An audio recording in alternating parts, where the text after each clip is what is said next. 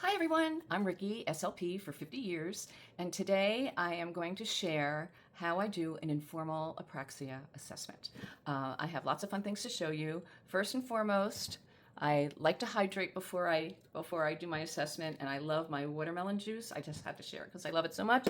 And I always sanitize my little person's hands with the Be Clean sanitizer. So I just want to share that. And let's get going. So the first thing I want to share with you is my Video Touch app, which I absolutely love. This Animals app is free, and I love it because I can really see the consonant vowel patterns that the child uses. And I also created a chart to go along with the app. I also added what sounds each animal makes, so you can use this chart as a checkoff, and you can check and see what the child can say. I also created a word checklist as well. So I've got lots of little supports to go along with this. So the way this app works is you click on the animal and a real life animal comes up. And the child can talk about it. And what's cool about it is that there are several different actions go along with each picture. I'll just show you one more. There the horse is saying neigh and run. There's so many different words that I can collect, marking on the vowel chart what I hear. I also have a couple of different charts. This one happens to be free, and you can get that from my website, and I'll put the link down below as well. I also have this wonderful chart that shows you exactly where the vowels are made, and I use this as a checklist. So I rarely make additional charts now. I just utilize my graph charts that I have. I also have my speech sound cue chart, and this shows placement, which is also very important. I can see if there's a pattern. Retraction is when children use E and A. Those are the two main vowel sounds that I look for. The next one is rounding, and rounding is oo, o.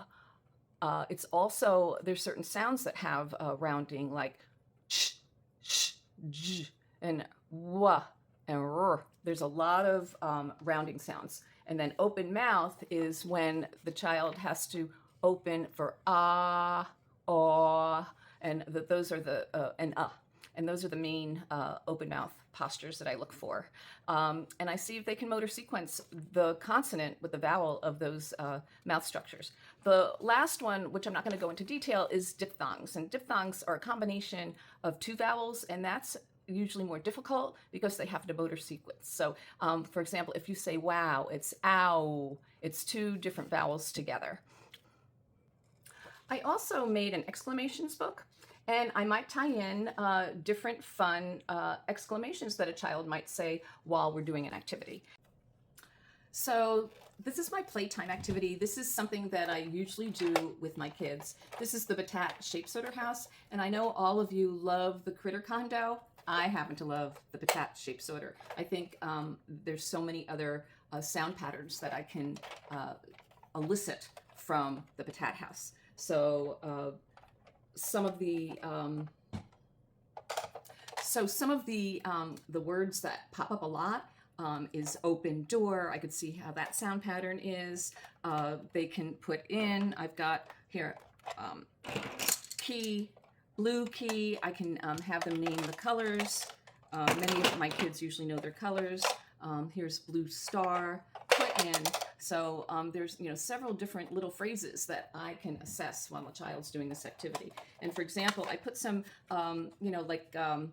semantic symbols in here also, such as two-syllable words like money. And if they can't say money, I may point to my knee, or I'll give them a visual of a knee. Those are my semantic symbols. I also put in other words that I'd like them to say, such as pie. Now pie has a diphthong at the end, but if I'm really looking to see if they can put the labial and the vowel together. So there's 6 different doors, lots and lots of different sounds I put in here for my assessment.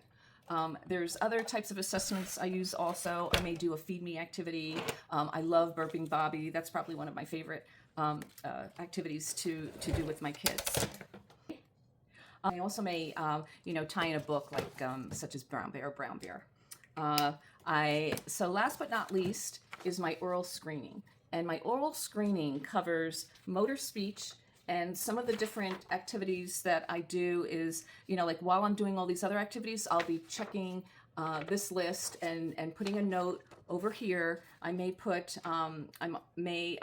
see how they transition between consonants and vowels, and I'll be getting all that while I'm doing this assessment. If there's any vowel distortions or schwa distortions, I may see how they imitate multisyllables. Okay, so that's, and I assess their prosody to see if they have stress and rhythm in their voice as well. And if they've got segmented syllables, I'm looking at their structure. I'm looking at their lip structure. I'm looking at their tongue, their jaw.